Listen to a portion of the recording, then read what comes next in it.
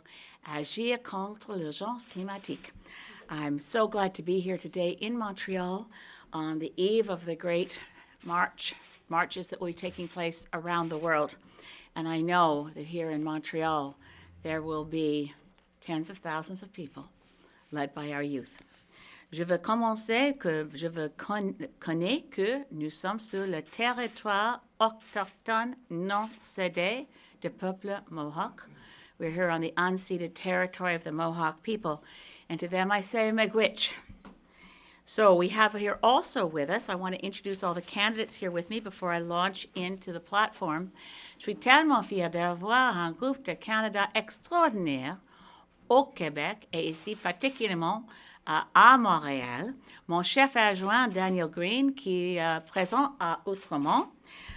Mon cher ami Pierre Nantel qui présente à Longueuil-Saint-Hubert.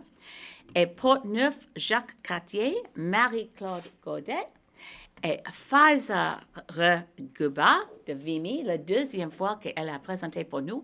Et je ne me souviens pas parce que la dernière fois, elle était enceinte. C'est une grande différence. La dernière fois, elle est un Canada et demi. Et maintenant aussi, Georgia Kokotsis de Saint-Laurent. Et aussi à ma gauche, Nahid Al-Shawa de Salaberry-sur-Roi, Jency Merci de La Salle et Verdon, et dans la dernière campagne, une jeune fille qui a fait histoire jamais répétée parce que Cassandra Poitras, dans les dernières campagnes, a 17 ans pendant toute campagne, et sa fête de naissance de devenir 18 ans, c'est le jour d'élection. Et les élections Canada a dit que ça marche, d'accord. Alors, Cassandra Poitras encore, qui présente à Longueuil-Charles-le-Moine. Aujourd'hui, nous sommes début qu'envers, comme toujours, contre l'énergie fossile. Et pour dire clairement que dans cette campagne, et si nous avons un gouvernement minoritaire, la question était posée fréquemment, qu'est-ce qu'on peut faire comme vert? Il est clair que la chose la plus importante, comme tout le monde comprend à cause des manifestations de cette semaine de grève sur le climat de nos étudiants et jeunes, la question la plus importante, c'est la question du changement climatique et pour éviter le pire. On doit éviter une catastrophe climatique. Nous avons lancé hier notre budget fiscal. Mais le budget le plus important, c'est le budget de carbone. Ce n'est pas un budget qui sont ouverts à négocier. Et dans notre budget de carbone, présenté par GIEC, les scientifiques du monde, c'est clair que nous sommes dans une position vraiment dangereuse. Nous sommes proches à le point de non-retour. On doit l'éviter avec une réduction pour réduire les gaz à effet de serre par 60% à référence de l'année 2005 et à 2030, avoir une grande réduction de gaz à effet de serre. So again, today we're repeating what we've been saying since this election began. The largest issue facing us in this election is the climate crisis. The Parliament of Canada has declared that we are in a climate emergency. And the very next day, the Liberal government announced the waste of $10 to $13 billion for Canadians to pay for a pipeline that blows through all the targets and makes it impossible to meet the target Mr. Trudeau announced yesterday that we will be carbon neutral by 2050. Il était une impossibilité d'arriver à une situation d'être carbone neutre en 2050 avec un oléoduc en 2020. Ce n'est pas une question de négociation, ce n'est pas une question de débat, c'est une impossibilité scientifique. On doit annuler l'oléoduc Trans Mountain. Nous sommes debout comme Verts, c'est clair parce que j'étais arrêtée pour ça. Nous sommes contre tous les oléoducs. Nous sommes contre le gaz de schiste. On doit annuler, comme Québec a déjà fait, le gaz de schiste et annuler les projets avec le gaz liquéfié comme le gazoduc de GNL. Oupsie, pardonnez-moi, c'est le micro de quelqu'un. On doit annuler aussi, et nous sommes le seul parti avec cette position politique, on doit annuler le gazoduc de GNL Québec au Saguenay. Et nous sommes préparés, nous sommes prêts. Nous avons un plan qui s'appelle Mission Possible. Il était vraiment possible d'éliminer le gaz de schiste, d'éliminer le sable bitumineux, éliminer toutes les sources d'énergie fossile et faire une grande transformation de notre économie vers une économie verte. Je vous donne la parole maintenant à mon chef adjoint, Daniel Green, candidat à Outremont, pour ajouter les points. Et après ça, à Pierre et encore après les trois de nous-mêmes comme vert, nous sommes prêts pour les questions en anglais ou en français. Au moment, je donne la parole à mon chef adjoint, Daniel Green. Alors, merci. Vous savez, quand on parle de crise climatique, beaucoup de partis en parlent. Certains partis disent qu'ils sont plus verts que le Parti vert. Et après une analyse, on voit que c'est pas vrai. Et quand on demande aux autres partis « Qu'est-ce que vous allez faire pour le projet GNL Québec? » ils disent qu'on va l'étudier. On va regarder les rapports. On va attendre les commissions scientifiques. Messieurs, mesdames, le verdict a déjà été rendu. On sait qu'un projet comme GNL Québec continue le mensonge qu'on continue d'alimenter, qu'on va être capable de s'en sortir d'une crise climatique avec plus de pipelines. C'est complètement ridicule, ça va contre le sens, et des fois, on pense que le seul parti responsable qui reste, c'est le Parti vert, parce qu'on dit les vraies choses. On dit qu'on ne peut pas combattre la crise climatique à coup de pipelines, d'oléoducs et de gazoducs. C'est un non-sens, et il semble que, même si certains partis se disent plus verts que verts, il manque un courage politique de dire ce que les enfants attendent, ce qu'on dise. Que nos enfants nous demandent de prendre des décisions aujourd'hui pour garantir leur avenir de demain. Et les décisions qu'on doit prendre, c'est dire non aux projets fossiles qui vont ruiner leur avenir et leur possibilité d'être des citoyens avec des possibilités et un futur. Alors donc, on va marcher fièrement avec les jeunes du Québec demain. On va marcher fièrement avec eux pour leur dire que nous, au moins, au Parti vert, on est le parti le plus vert parce qu'au moins, nous, on a le courage de dire non au mauvais projet qui va hypothéquer l'avenir de nos jeunes. Merci. Et maintenant, Pierre Nantel. Bonjour. Bonjour tout le monde. Écoutez, il y a environ un an déjà, je participais avec ma fille souvent aux premières manifs. Et je peux vous dire qu'un an plus tard, je suis vraiment fier de faire partie d'un parti qui a une vision comme celle de Mme May, une vision de société, une vision pour un pays plus propre et surtout pour qu'on assume nos responsabilités sur la scène internationale pour la réduction de nos gaz à effet de serre.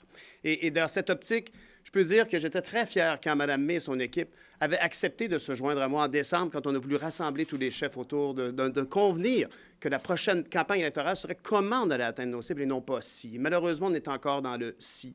Mme May arrive avec un projet innovateur. Elle veut amener un cabinet de guerre à la crise climatique qui impliquerait tous les partis. Je pense que les jeunes et les moins jeunes, tous les gens qui sont préoccupés par le climat sont bien conscients que tous les partis les remplissent de promesses électorales, toutes un peu plus bidons les unes que les autres. La vérité, c'est que Mme May est une battante de l'environnement depuis 30 ans. Elle était là du temps de la bataille pour la couche d'ozone. Elle était là du temps des pluies acides. Aujourd'hui, elle arrive en se disant, avec un constat, il n'y a pas d'autre façon que de travailler de façon non partisane sur ces enjeux. La démission de M. Hulot en France était très éloquente à ce sujet. Le ministre de l'Environnement, M. Hulot, qui dit, écoutez, ça ne marche pas dans la politique partisane. Il faut que tout le monde travaille ensemble devant ce défi qui se présente devant l'humanité. Alors, à cet effet, bien, je suis très fier de faire partie de cette équipe. Je pense que Mme May arrive avec une approche tout à fait différente. La balance du pouvoir doit aller vers la création d'un cabinet de guerre à la crise climatique qui impliquera tous les partis. Sinon, on va continuer à se lancer des roches de façon électoraliste. Malheureusement, cette élection-ci, c'est l'élection où on peut faire une différence. C'est maintenant qu'on doit changer nos politiques industrielles. On a très peu de temps. J'enjoins tout le monde à changer, à se dire que cette année, ils vont voter vert, qu'ils soient libéral, conservateurs, peu importe, qui se joignent à cette grande famille pour faire ce grand combat qui est devant nous. Merci beaucoup, tout le monde. Merci, Pierre.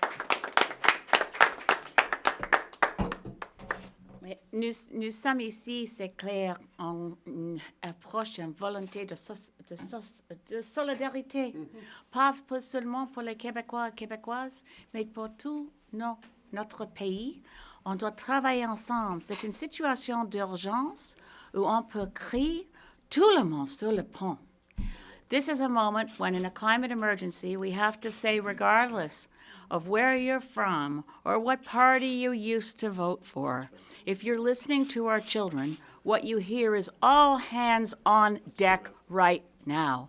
It's not only for the federal government to take action. Municipalities have been playing a leadership role for a long time. Indigenous peoples have been playing a leadership role for a long time. The province of Quebec has been playing a leadership role for a long time.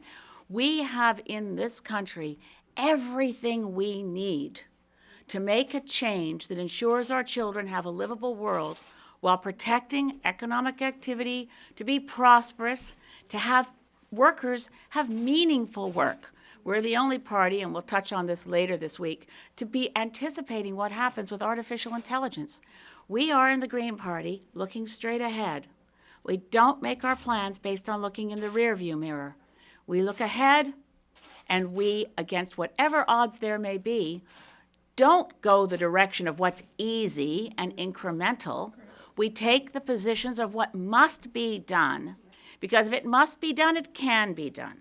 C'est clair que nous pouvons le faire. Nous pouvons changer notre économie vers une économie verte sans énergie fossile, pas du tout.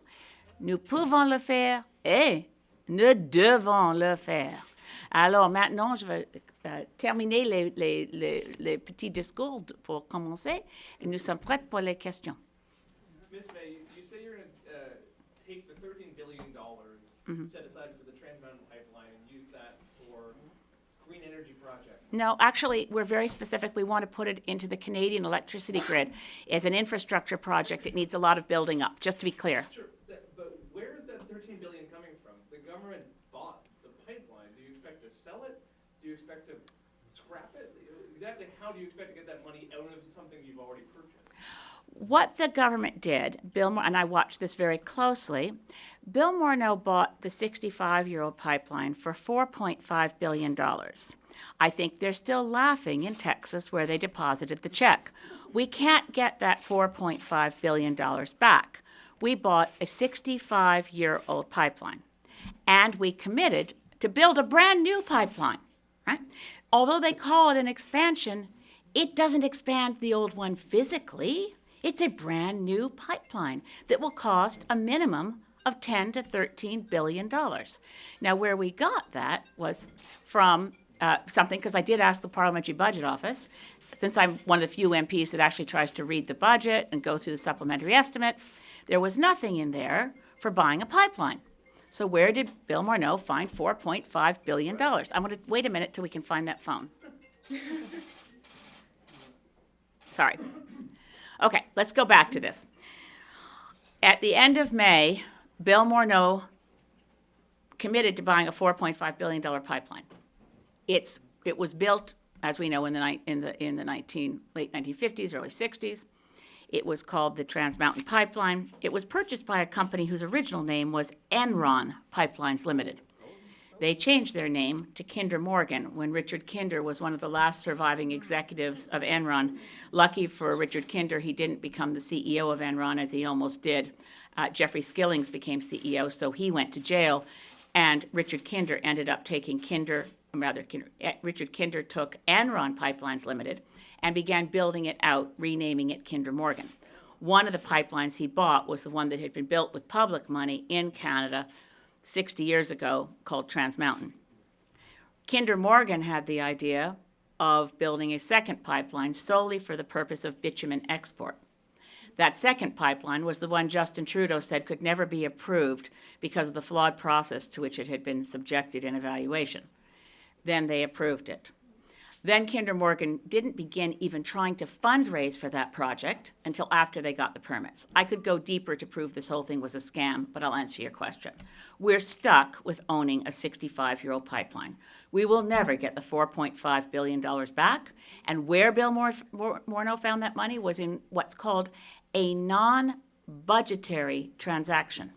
In other words, they say the cash we have here in the Government of Canada is an asset. We've now converted it to an asset called a pipeline. So there was no budgetary allocation ever.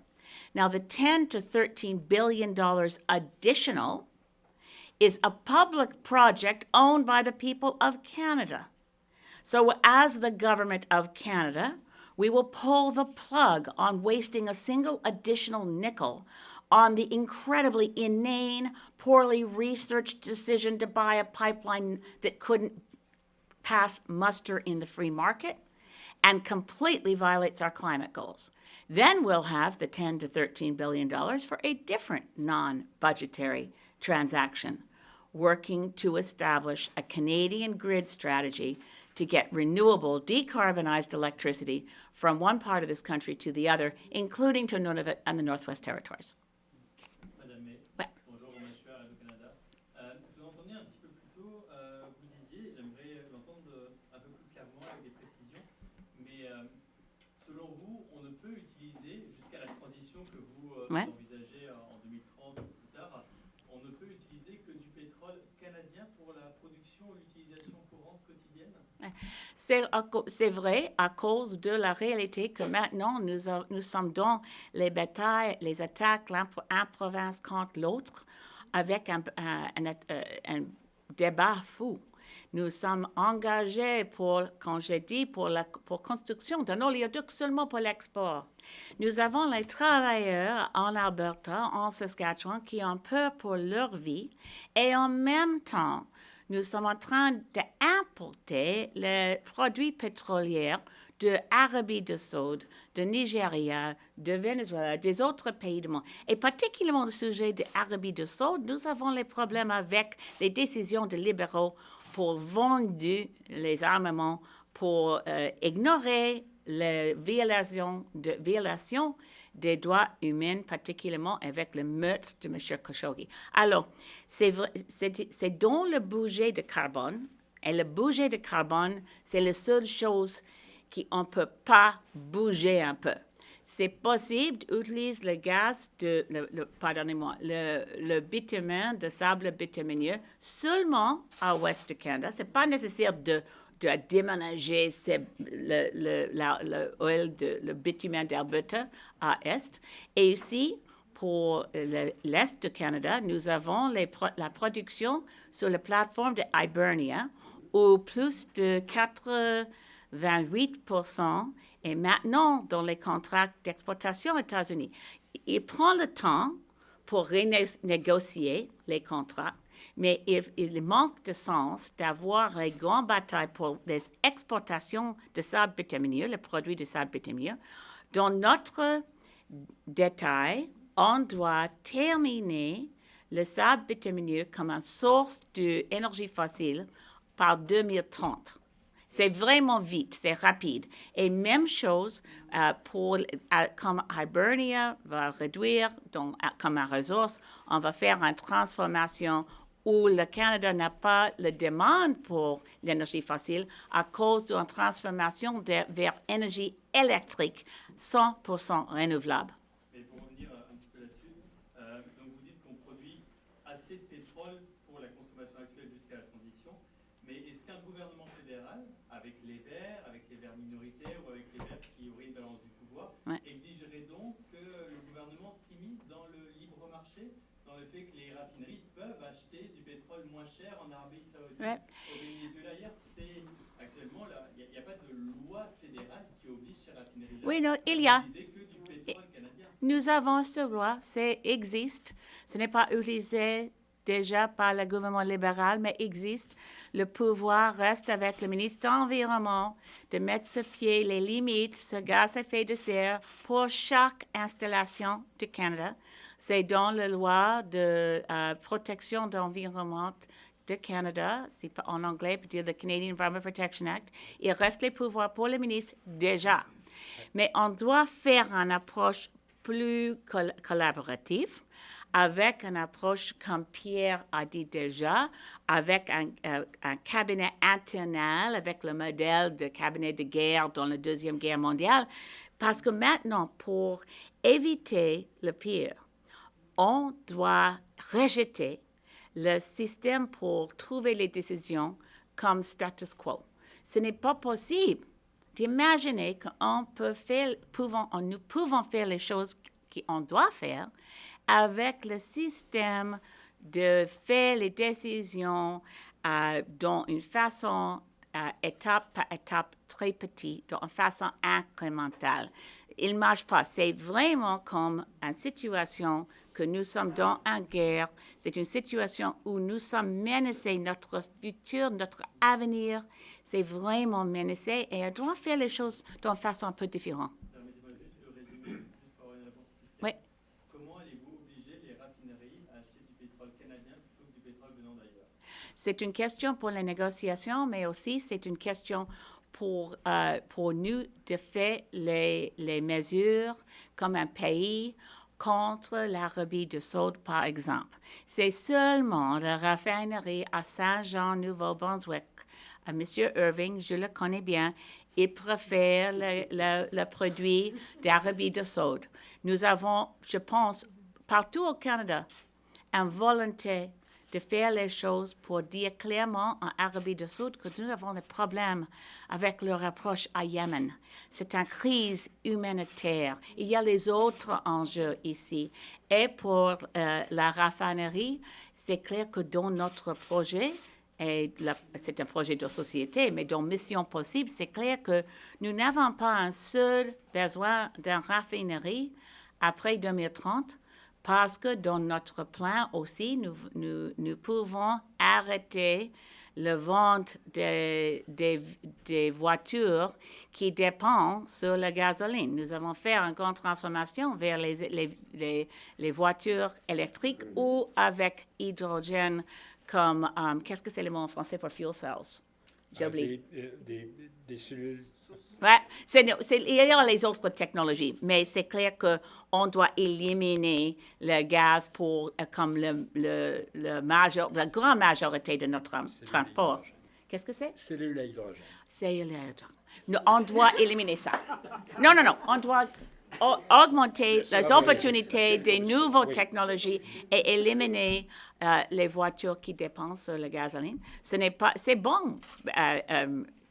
J'ai beaucoup d'expérience avec les gens qui ont les voitures électriques.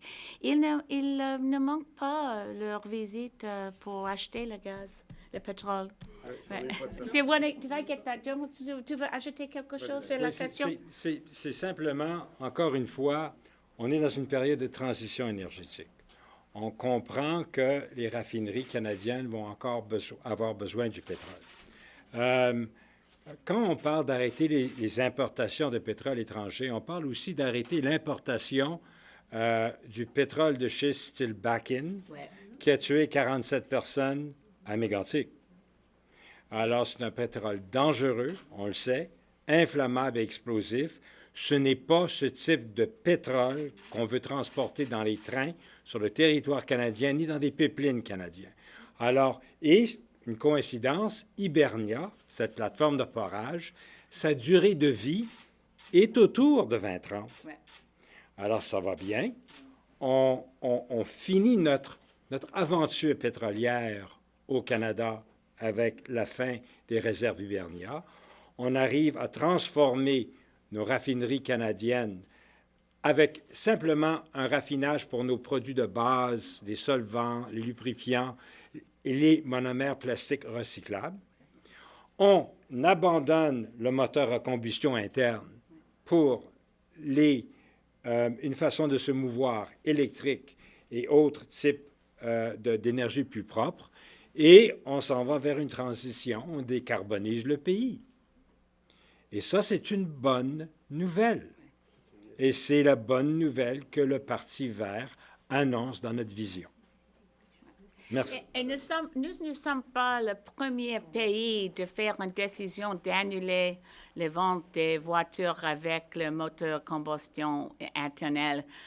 Par exemple, lundi, a décidé déjà d'arrêter ses ventes de voitures qui dépensent sur le pétrole en 2022. C'est la tendance mondiale maintenant. Oui, Guillaume Bourgault du Devoir. Il y a eu, lorsque vous avez annoncé votre position au mois de mai, il y a eu notamment de la part du Parti vert du Québec une grosse réaction. Et là, j'entendais M. Green nous parler, dire cette fin de semaine, ça a été mal compris. Oui. Je voudrais bien le résumer aussi. Donc, ce que vous dites, c'est que d'ici 2030, on utilise le pétrole canadien pour cette période de transition. Et arrêter en 2030. Et réduire chaque année par chaque année rapidement. OK. Et donc, cet engagement-là à utiliser le pétrole canadien, il demeure. Ça, c'est clair. Oui. OK. Qu'est-ce qui a été mal expliqué à ce moment-là? Qu'est-ce qui a fait en sorte que, notamment, le Parti vert du Québec dise on ne se reconnaît plus dans cette... C'est pour eux de faire les décisions. Je ne comprends pas le problème parce que, comme nous, comme Verts, je fais toujours les mots positifs vers les autres partis verts. Ça, c'est une de nos valeurs. Et je fais l'explication, mais quand même, le Parti vert Québec a une autre idée. C'est pour eux. C'est pas grave, mais ils m'ont compris. Et ignorer le programme, les détails, c'est disponible pour eux. Alors, c'est à Alex de faire son carrière avec son avis. C'est pour nous de faire une position réalistique qui offre au niveau fédéral un plan qui marche. Donc, en gros, à votre avis, ils avaient mal compris l'essence de la proposition. Oui, absolument. J'ai une autre question sur votre cadre financier. Oui. Vous avez vu hier soir, il y a Kevin Page, qui est l'ancien directeur parlementaire du budget, qui, à l'Université d'Ottawa, maintenant, va étudier la valeur, si on veut, des cadres financiers. Vous l'avez vu hier soir, il vous donne 3 faits sur les 3 mesures. Est-ce que votre cadre financier doit être revu, solidifié? Oui, j'ai parlé avec Kevin Page hier. Il y a les problèmes avec la présentation de budget. Il y a les choses qui sont les plus détails, qui expliquent, par exemple, comment dire en français, le baseline de 2019 de printemps. Nous avons le manqué dans la présentation. Je pense qu'aujourd'hui, tout sera accepté, j'espère, parce que nous avons travaillé fort, mais dans la présentation, il y a quelques pages, pas Kevin Page, quelques pages qui sont manquées. Et maintenant, je suis vraiment à l'aise qu'avec un peu de temps, avec les papiers de background, Kevin Page, j'espère que sera contente avec notre travail. Vous avez parlé de gouvernement minoritaire tout à l'heure, Mme May, puis Trans Mountain, vous l'avez dit dans une entrevue, mais est-ce que c'est un engagement ferme que vous ne pouvez jamais supporter un gouvernement minoritaire qui serait en... Absolument jamais. Parce que ce n'est pas un seul projet lequel que nous parlons. Ce n'est pas une question d'un projet ou une politique. C'est la question la plus importante du monde. C'est la question primordiale d'éviter une catastrophe climatique. Et il était et reste absolument impossible d'arriver à notre promesse de Paris d'arrêter le réchauffement de la planète à pas plus de 1,5 degré. Pour ça, il n'est pas possible d'imaginer la construction d'un seul autre oléoduc et aussi faire les choses que nous avons promises à Paris. C'est clair. Et ce n'est pas aussi pour le traité de Paris qui est important. Ce n'est pas un papier. Peu importe le moment où le gouvernement minoritaire pourrait se retrouver en danger, il est hors de question. C'est hors de question d'imaginer que les partis verts vont appuyer un groupe de partis ou un seul parti qui sont prêts de voler l'avenir de nos enfants. C'est impossible. Bravo, bien dit. Tout le monde agree? D'accord. Jamais. Vous parlez de l'excédent d'énergie hydroélectrique du Québec dans votre communiqué. Yeah. C'est actuellement vendu au service public américain pour constituer un élément important de la diversité des sources d'énergie renouvelables. Donc, qu'est-ce que ça veut dire? Est-ce que vous demanderiez à Hydro-Québec d'arrêter de vendre ses surplus aux États-Unis? C'est nécessaire, c'est absolument obligatoire de trouver une façon de travailler ensemble comme un pays, comme les entreprises électriques comme Hydro-Québec, comme Ontario Hydro, comme BC Hydro. C'est nécessaire d'avoir un seul réseau électrique sans carbone. Alors, Colombie-Britannique, déjà là avec énergie renouvelable. Hydro-Québec aussi déjà là. C'est possible aussi d'avoir une diversification d'énergie renouvelable.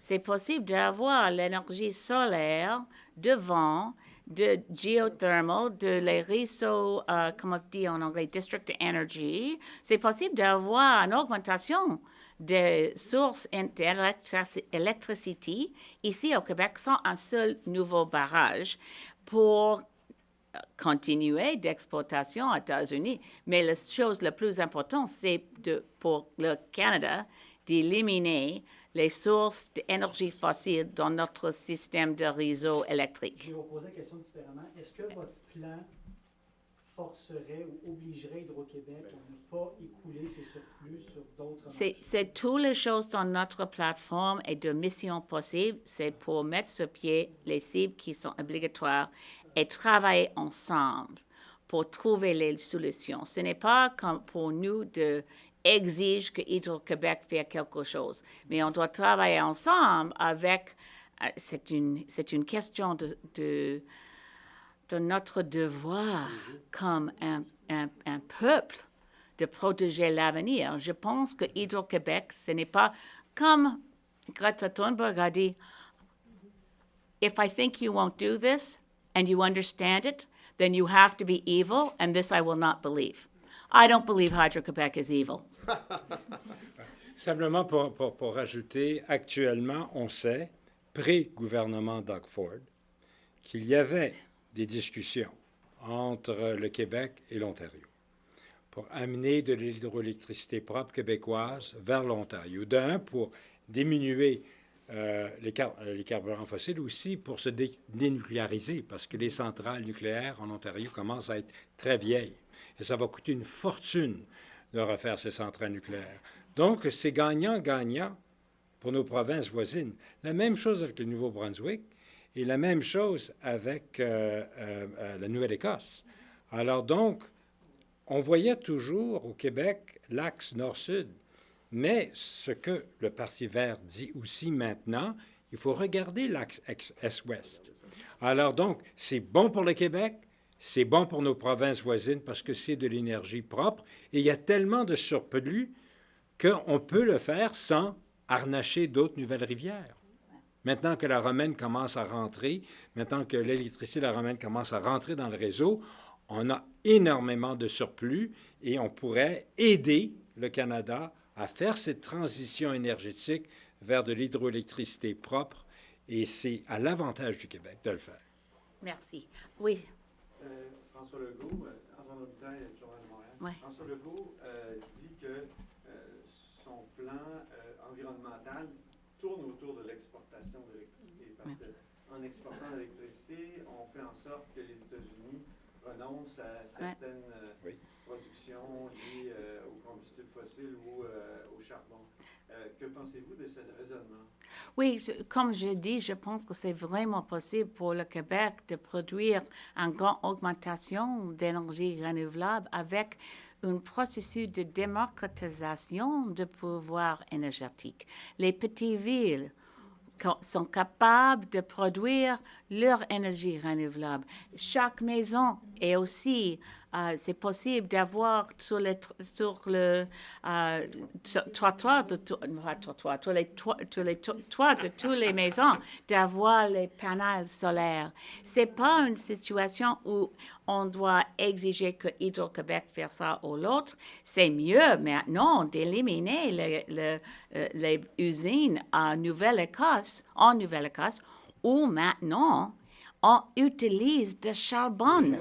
On doit annuler le charbon dans notre système électrique du pays du Canada. Vous savez ce qui est arrivé quand Hydro-Québec a voulu acheter Énergie Nouveau-Brunswick, par exemple, ou ça a fait un tollé, donc il semble y avoir une résistance. Non, maintenant, pardonnez-moi, mais l'énergie de Hydro-Québec, c'est seulement disponible à Moncton. Après Moncton, pour tous les maritimes, il n'y a pas, comme on dit en anglais, un intertie pour la interconnexion entre Hydro-Québec et le reste des maritimes. On doit faire mettre sur pied un réseau électrique partout au Canada pour augmenter la source énergie électricité renouvelable, parce qu'on doit avoir la possibilité pour vendre l'électricité renouvelable d'une province, acheter énergie renouvelable à l'autre province. Maintenant, nous sommes un pays, mais nous sommes les petites frontières qui arrêtent le mouvement d'énergie renouvelable. Comment pourriez-vous faire ça? Comment pourriez-vous orienter les décisions d'Hydro-Québec alors que vous seriez au gouvernement fédéral? C'est une question de collaboration. C'est une question parce que je suis certaine que M. Legault comprend bien que nous sommes dans une situation d'urgence climatique. Qu'est-ce que c'est la meilleure façon de protéger l'avenir? Ce n'est pas avec les frontières un contre l'autre, c'est avec une approche de collaboration pour... Donc, vous feriez une sorte de sommet avec M. Legault? Oui, absolument. Avec les autres provinces aussi. Oui. Pour renoncer au projet d'exportation aux États-Unis? Non, ce n'est pas nécessaire. Ce n'est pas nécessaire d'annuler l'exportation. La première chose, c'est pour faire un réseau qui marche pour éliminer l'utilisation de charbon dans les maritimes. C'est vraiment possible qu'avec les autres approches, les autres efforts pour mettre sur pied la production d'électricité renouvelable, parce qu'il y a le potentiel partout au Canada. Donc, ce serait un corridor énergétique? Oui, absolument. Voilà, ce qui est notre proposition aujourd'hui. C'est bien. C'est un terme qui appartient... Oui, non, ce n'est pas M. Scheer. Je pense que nous avons besoin d'un corridor d'oléoduc. Nous-mêmes, non, nous avons besoin d'un corridor d'électricité renouvelable, 100% renouvelable. Pour un corridor d'électricité, pour qu'il y ait de l'énergie disponible, Hydro a une entente ferme de 20 ans pour à peu près 8 TWh. Ils ont dit qu'il leur restait... Ils veulent négocier avec New York pour une autre à peu près la même temps. Ils leur ont dit qu'il la question à nommer, c'est ils leur ont dit qu'il leur reste plus tant de volume d'énergie disponible. Donc, est-ce que votre plan, vous dites qu'il n'y a pas d'obligation à freiner les exportations d'électricité, mais est-ce que ça placerait Hydro-Québec dans une situation où elle devrait ne pas respecter des ententes à long terme qui ont déjà été conclues, des ententes fermes? Oui, nous avons le même problème avec la production de Hibernia. J'ai dit clairement qu'on doit négocier parce que nous sommes dans une situation d'urgence. La situation ne menace pas notre économie, ne menace pas les choses plus petites. Ce n'est pas une chose triviale que l'avenir de nos enfants est menacé maintenant. On doit faire les changements profonds. Et dans les changements, pour nous, et c'est clair que dans les rapports des Nations Unies, la transformation à énergie, électricité renouvelable, c'est une étape première pour chaque pays.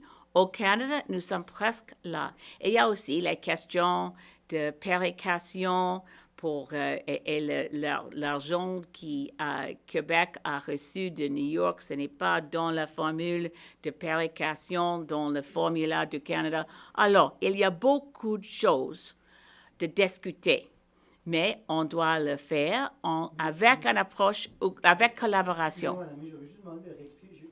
Négocier quoi? Je sais pas ça. Négocier les contrats qui existent maintenant, parce que nous sommes dans une situation d'urgence climatique. Ce n'est pas acceptable de dire que, oh, à nos enfants, désolé, il y a les contrats.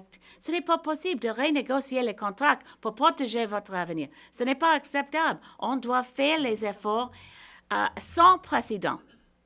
Mais que 8 TWh d'énergie propre soient utilisés dans le nord-est des États-Unis, Oui. ou soient utilisés au Canada, Ouais. je veux dire, Ouais.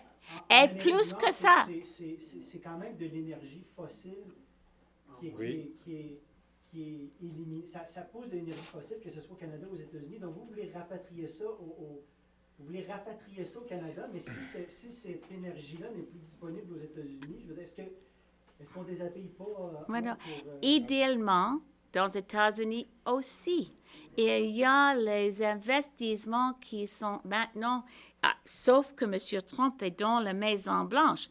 Les États-Unis fait les investissements énormes dans l'énergie solaire, énergie aérienne. C'est tout à fait maintenant. Et pour aussi, ici au Québec, on doit produire plus d'énergie renouvelable sans un seul autre barrage avec l'énergie éolienne, avec l'énergie solaire, pour rendre la production du Québec suffisante pour les maritimes, puis aussi pour les États-Unis.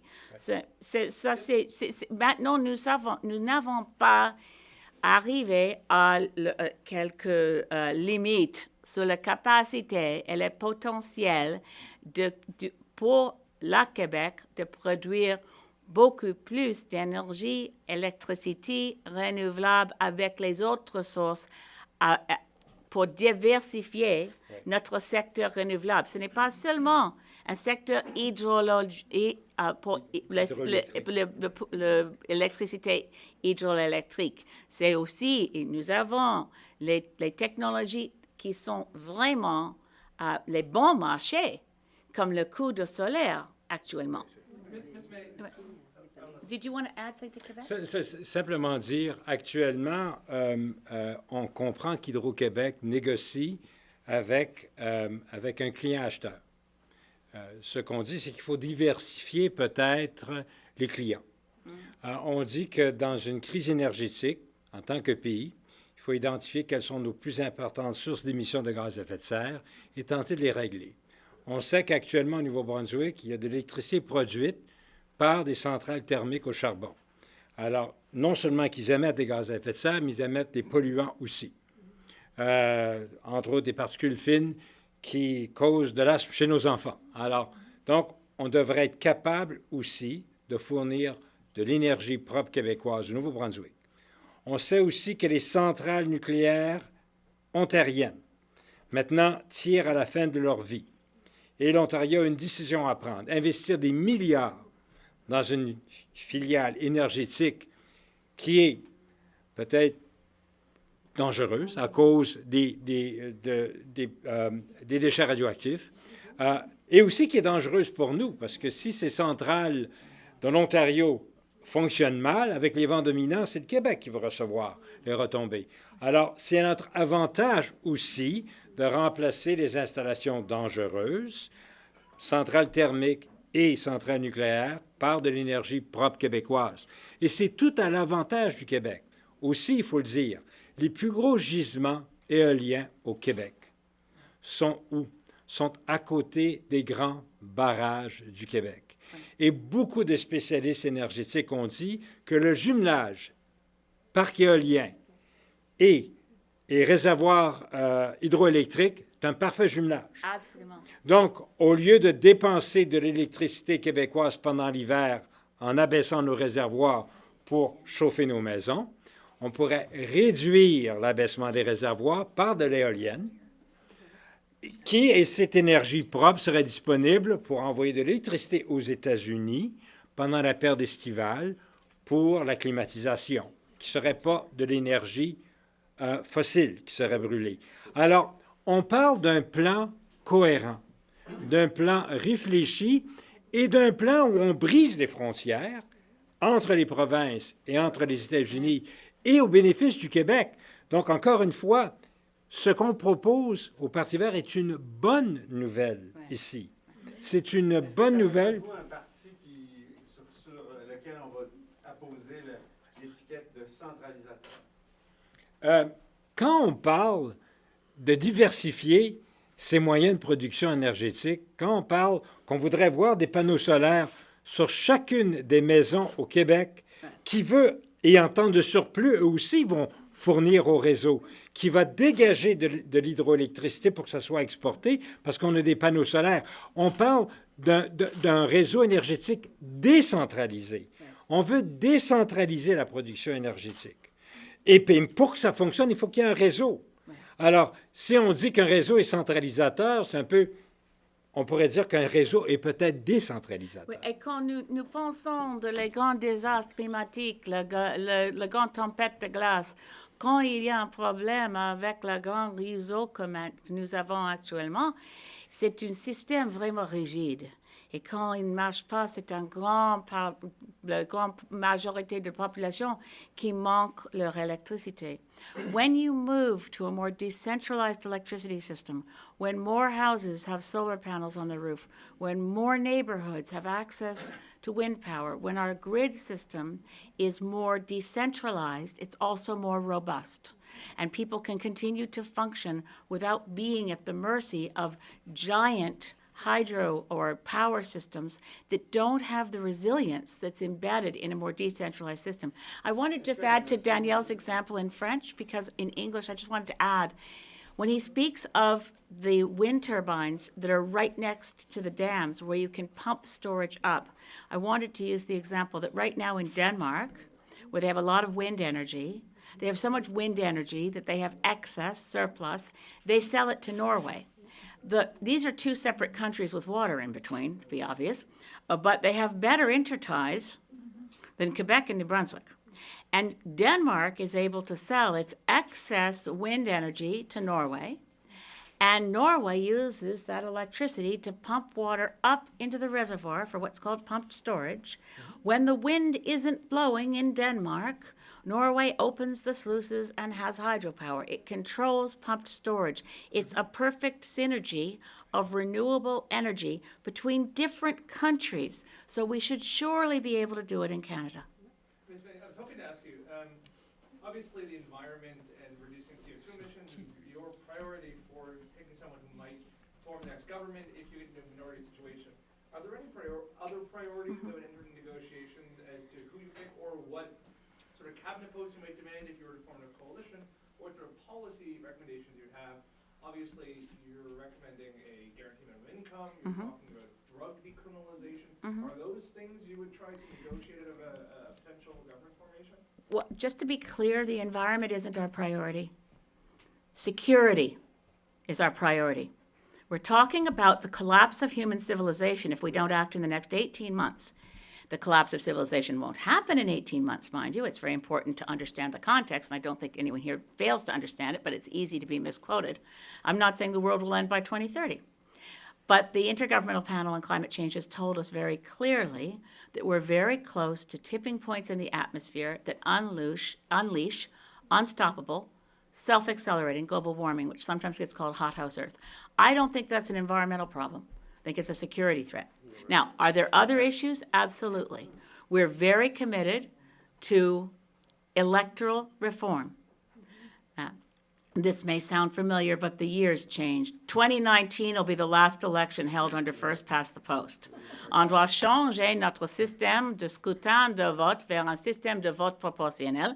C'est vraiment important pour nous. Mais pour moi, j'ai parlé avec un autre, je pense toujours de le Parlement de Lester B. Pearson. C'est un Parlement minoritaire. Il n'y a pas jamais un seul contrat entre les libéraux de cette époque et l'NPD. So in the government of Lester B. Pearson, there was never a cabinet post for an NDP member of parliament, nor was there a long-term agreement. I actually recently got to sit down with a member of Lester B. Pearson's cabinet and talk it over. I was meeting with Paul Hellyer. And it was as I suspected, one confidence vote at a time. So I'll be clear for me. I mean, the Greens will work together as a caucus. We work by consensus. The leader isn't a dictator. My view is that we will meet as a caucus after the election, and each member of the caucus will commit in a personal contract to abide by whatever commitments we make if they're in the interests of avoiding climate disaster. But I think it's very likely, and I'm certainly for myself, I don't want a cabinet post in somebody else's government. I want to make sure they do the right thing. And I think the game plan that I see as being more likely is we insist on an internal cabinet that ensures that all parties have a hand in the climate plans that are adopted, so that after an election we don't risk that a new government comes in and cancels the plans we've made. We need to ensure that we do this together because it's not an issue, it's not a political issue like any other. It's different, and it means we have to take decisions differently. But I mean, how do you expect to actually get anything, any sort of concessions from a future government? You can look back to how Jack Layton dealt with the Harper government, how Evelyn Nacho and Stéphane Dion. Well, Jack Layton put Harper in power, so it's hard to know why he had trouble dealing with him. Well, even Stéphane Dion, tried to extract concessions from minority conservative government and truthfully didn't. Well, so, without some sort of agreement with the government that you're essentially propping up, how can you hope to actually get them to? We're never going to prop any. I'm sorry, Justin. Let me say, we're not going to prop anyone up. The words "prop up" connote something foreign to us. On every confidence vote, we will assess the price of our vote of confidence. We're prepared to defeat any government on the confidence vote on the speech from the throne, even if it means going back to the polls. No one wants to go back to the polls. It will be a very powerful inducement on those other parties in Parliament to think closely about the science they've seen on global warming, to think about what they really should be doing, and to know that they can tell their friends in big industry, sorry, we had no choice. Those Greens would have brought down our government. En français, je veux dire clairement que, comme Verts, nous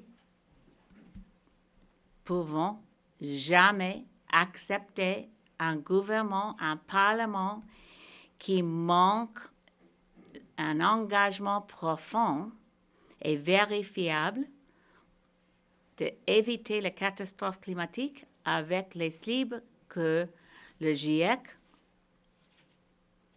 ont recommandé dans leur rapport de 8 octobre 2018.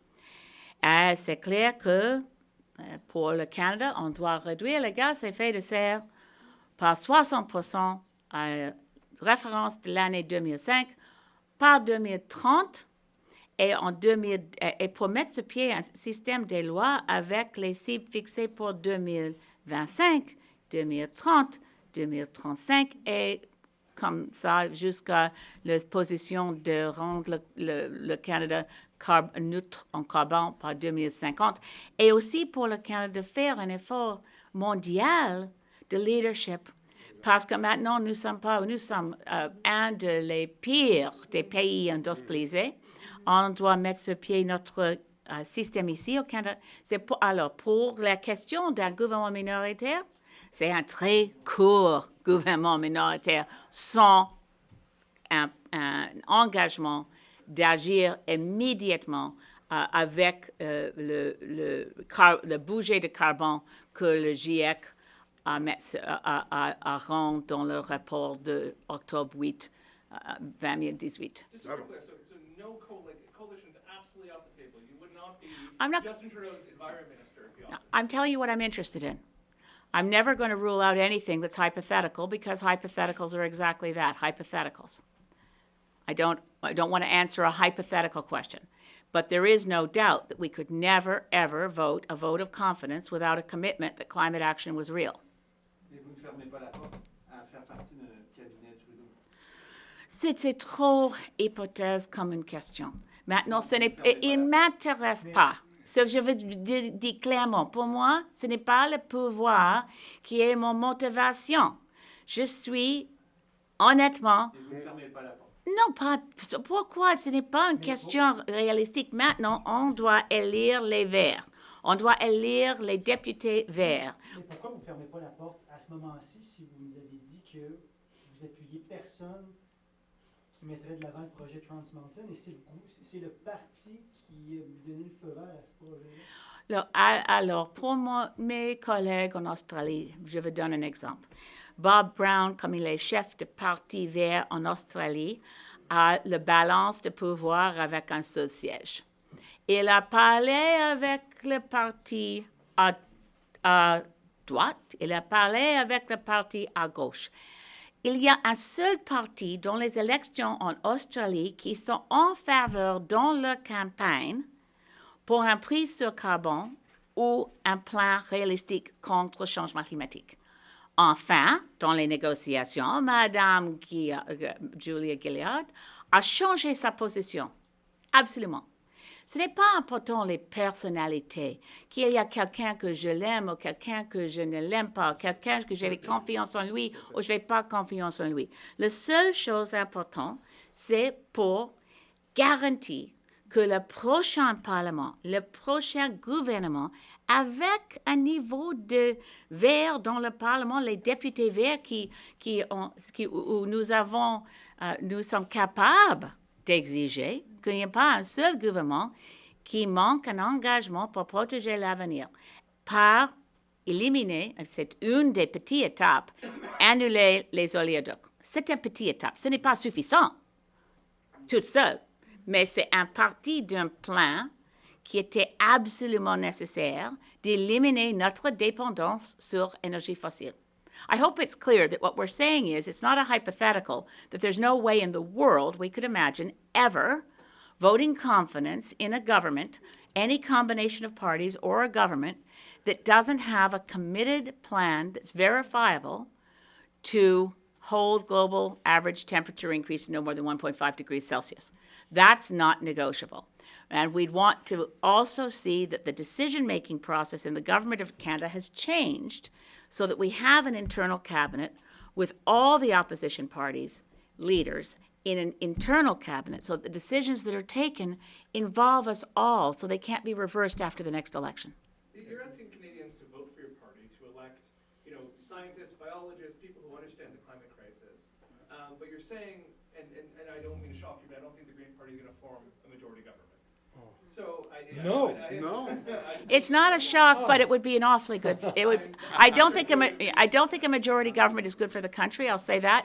Any party, these false majorities are dangerous. But if you're saying we're not interested, you're not ruling it out, but you're not terribly interested in joining the government, aren't you passing up an opportunity to put on the front burner the very concerns you're saying are immediate, necessary, and unavoidable, when instead you're kind of saying, oh, we'll sit back and we'll just not vote for things we don't believe in? No. Is politics ahead of what you're saying is the ultimate? We're not saying we won't vote for things we don't believe in, Justin. I don't think that I've been clear enough. I must have not been clear enough. Any government that thinks it can pass, if we have enough Green MPs, that in a minority situation we hold the balance of responsibility. We don't know that this might happen. It's just as hypothetical as us getting a majority and me being Prime Minister. But you ask, in a minority situation, would we ever accept some crumbs off the table? Would that be enough? If canceling the Trans Mountain Pipeline, would that be enough? No. We will not vote one vote of confidence for a government that fails to understand that we must hold global average temperature to a level that sustains human civilization through the lifetime of our children. That's what's at stake. That's what's at stake. Yeah. So one more question. He hasn't asked a question. So you've been on record saying that you support spending tens and tens of billions of dollars on naval vessels and on army military spending, including fighter jets. We're talking about $100 billion. Those naval vessels and the I don't remember ever being on record supporting fighter jets. We certainly support, Repeatedly, you No. repeatedly say you support military spending. No. You've actually criticized that we had the lowest military spending. no, actually not. No, never. I'd be very interested to see it. It's not the case. In the debate on City TV, you were quite clear about how you wanted more naval vessels. Yes, because we need coastal search and rescue vessels. We need Coast Guard vessels. We need aerial surveillance of our coastlines. We're not at all prepared for the loss of ice in the Arctic. So just to be clear, I've never said we needed more military spending. The contrary. Supported the $60 billion naval procurement plan. Because we want to have our naval vessels, Coast Guard vessels, icebreakers are important. And may I clarify? I'm the only member of Parliament in June 2011 who voted against bombing Libya. My record on being against bombing, and I have never, ever. Naval vessels were used. Did you read Mission? I don't know what. My actual question is not about. Your question is founded on things that aren't true. So I just want to be clear. This party has never called for more military spending, just to be clear. Thank you very much. Thank you. Yeah, thank you. And I'm happy to answer any question, maybe one-on-one after, because it seems we've been here a whole hour, and I don't want to keep people too long. Merci mille fois, tout le monde, tous à tous.